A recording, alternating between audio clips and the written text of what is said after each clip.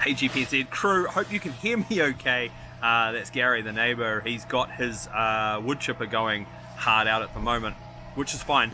It's just that's what that background noise is. It's super hot today. Like right now, it's Saturday when I'm filming this, December the 11th, in case you're wondering. It's 5:45 and I can barely stand it outside. It's mental. We're going to talk about vine burying. It's very important. If you haven't done this before, you might be wondering why you need to do this. The reason is you want to make sure the plant has the possibility of getting as much nutrients as it can. Now at every leaf node, that's where the leaf comes up from the vine. Just underneath that, if you bury it or you have a look, I'll show you in a sec, there should be some, you'll see a little tiny root coming down. You want to bury that, and that helps a lot. Top growers will do that all the time, and usually they spend an hour a day per plant just burying vines. It's very time consuming, and if you've got multiple plants, it's even worse because you got to do so many, and it is a lot of work. But if you want the results, if you want a really good giant pumpkin, you will be doing that. For me, I of course am growing in Tiny Patch 2.0. We've covered this in the past. A lot of it is lawn. I can't easily dig everything up and have a nice, you know, really good looking patch. So my plan this year is I'm using this tool. This is a Stanley Fatmax garden tool, I think it's called. It's sort of like a knife for your garden.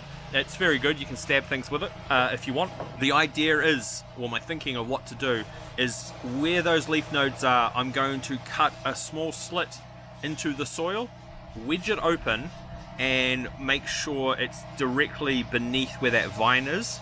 That's the plan. And then I will cover it with a little tiny bit of this mixture that's next to me. Can you see that? I'm keeping it in this bucket, and I'm using what I've got. So it's basically a potting mix blend which has a bit of fert in it, which should be okay.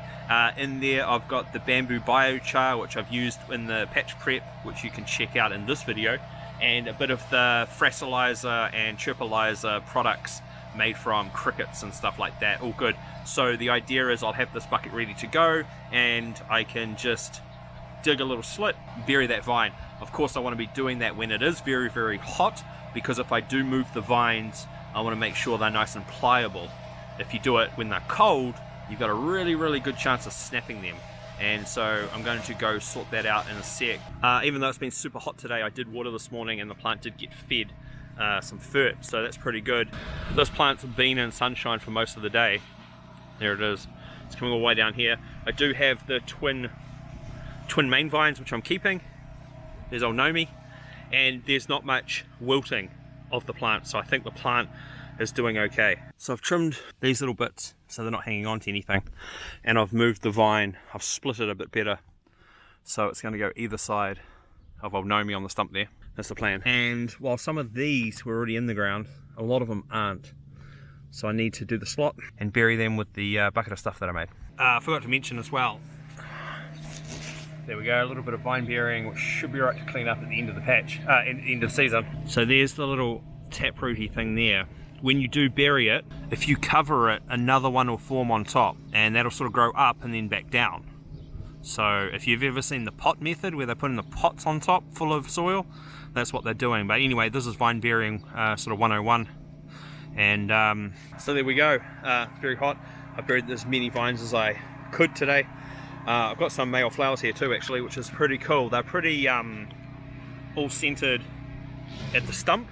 More will come. These ones are a bit dirty looking. I may have got a bit of fert on them this morning. So anyway, I hope you're doing well.